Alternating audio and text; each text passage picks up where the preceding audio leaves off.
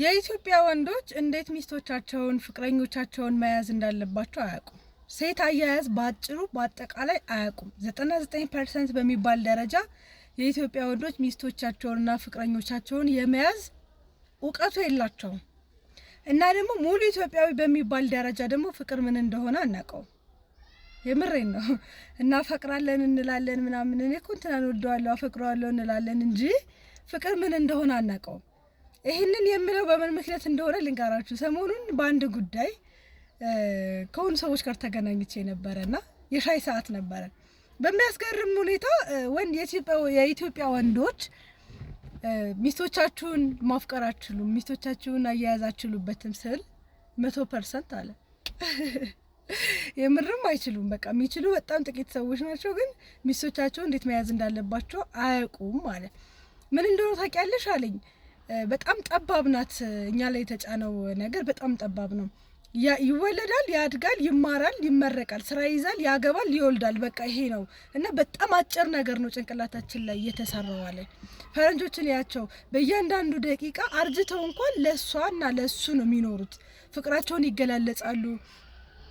የትም ቦታ ለሷ ነው የሚቆመው እና የትም ቦታ ለሱ ነው የምትቆመው እና ትዳር ምን መሆን እንዳለበት ህይወት እንዴት እንደሆነ ፍቅር በምንም አይነት ሁኔታ ውስጥ ፍቅራቸው አይጎልም ማለት አበሻ ስል ወደ ኋላ ስመጣ ባይምሮዬ እውነትም እንዳለው ሁላችንም አሁን ለምሳሌ በሴቶች ስንሄድ ሴቶች እንደውም ምን ይላል መሰላችሁ ጉራጌ ሲተርት የግሬድ ትምህርት ስሙት ትዳሩ ምናምን ይላል። የሴት ትምህርት እስከ 8 እንደማለት ነው። በቃ በጣም ይሄ እንትናችን የዓለማችን ጫፍ አድርገን የምናስበው መውለድ ማግባት ምናምን ነውና እንደ እነሱም ህይወቶች እኮ ባሻገር በጣም ትልልቅ ህይወቶች እኮ አሉ ልናሳካቸው የሚገባ። የግድ በቃ አደግን፣ ተማርን፣ ተመረቀን፣ ስራ ያዝን፣ አገባን፣ ወለድን በቃ እሺ ፍቅሩስ ማን ይኖርልን? ለስሙ በጣም አማኝ የሚባል ማህበረሰብ የሚኖርበት ሀገር ነው፣ ግን ፍቅር ምን እንደሆነ አናውቀውም። የአንድ ወር የሁለት ወር ፍቅር ነው ያለን። ወይ ደግሞ ለስሜታችን ስንል የግድ ያንን ሰው እንደወደድ ነው እንዳፈቀር ነው እናደርጋለን። ከዛ አጋጣሚ ያቃጣሪ ይሆናል፣ ሳንወድ በግዳችን እንጋባለን። ከዛ ደግሞ እንለያያለን። ፍቺ ለምን ይበዛል ምናምን ብላችሁ እስቲ ጠይቁ ራሳችሁን። ማርያም ነው የምሬ ነው። አንዋደድም፣ ስሜታችንን ብቻ እያሰብን ስለምንገባበት ነው ፍቺ የሚበዛው። ምክንያቱም ለትዳር ምን አይነት መስፈርት ይጠይቃል?